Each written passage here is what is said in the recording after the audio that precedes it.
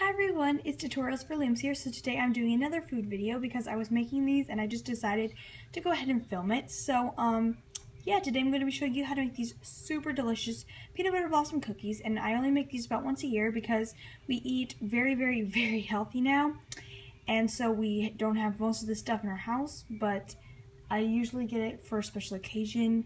So anyway, yeah, I just decided to make these, and sorry that I'm holding it wrong. I made like 49 and they're gone now, and I filmed this video like 3 days ago, so I'm just now filming the intro. And yeah, this is becoming really long, but anyway, I'm making a double batch in this video, but I'll have all of the ingredients and measurements down below with how much you need in case I got a little confusing in the video.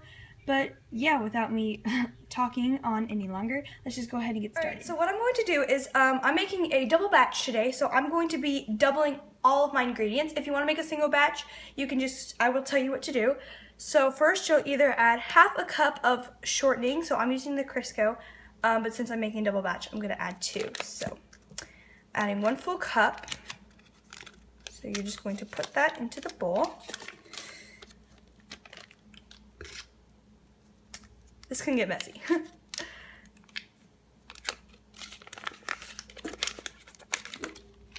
So now we are going to add our sugars. So first, I'm going to add 1 cup of brown sugar, but if you're doing your single batch, you're going to want to add half a cup. And same thing with the regular sugar. If you're going to do the single batch, you want to add half a cup.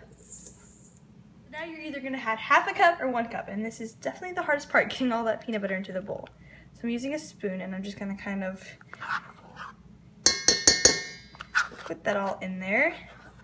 So you can use like a tiny spatula or your finger to scoop all of this out. I find my fingers a lot easier to do. Then you have one less thing to wash. So I'm just going to go ahead and get the rest of this out. So now we are going to mix all those ingredients. So once it's mixed, pretty well mixed, you want to just take a spatula and push all of that down. And there's no need to clean this blade off or whatever you're using, because we're about to add some more ingredients. So now I'm just adding 2 eggs, and if you are doing the single batch, you only want to add 1. But I just went ahead and put them in here, but it's just 2 regular eggs. Add 1 tablespoon of milk. So if you're using, if you're going to do I'm doing a double batch, so I'm using 2. But single batch, you're only going to use 1 tablespoon. Now you're going to add 1 teaspoon of vanilla, but if you're doing the double batch like me, you're going to want to add 2 teaspoons.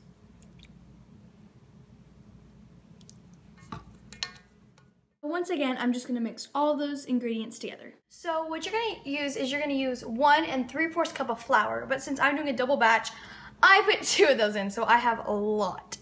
But we're going to do this in separately, so we're not going to add this into our bowl. And now what you're going to do is you're going to take 1 teaspoon of baking soda. Since I'm doing the double, I'm going to use 2. So I'm going to add that in to my flour. So now I'm going to add 1 teaspoon of salt, but if you were doing the single batch, you'd only use half. So now what we're going to do is we're going to gradually add this in and then mix, gradually add it in and mix. So I'm going to move this up a little bit, put a little bit in, and now I'm going to mix it.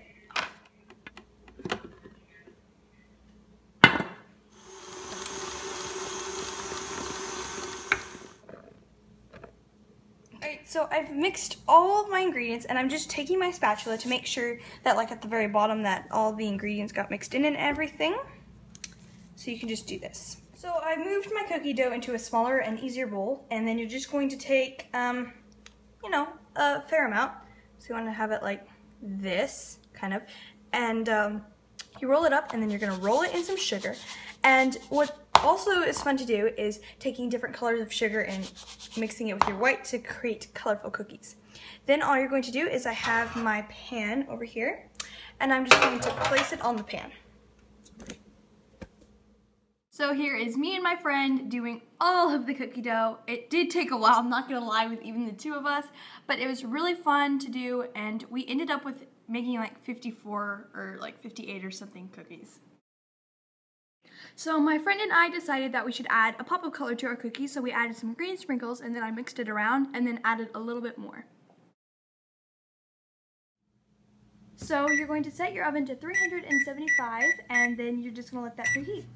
While I'm waiting for the oven to preheat, I went ahead and unwrapped all my Kissies. Now I'm just going to place my cookies in and I'm going to set the timer for 8 minutes.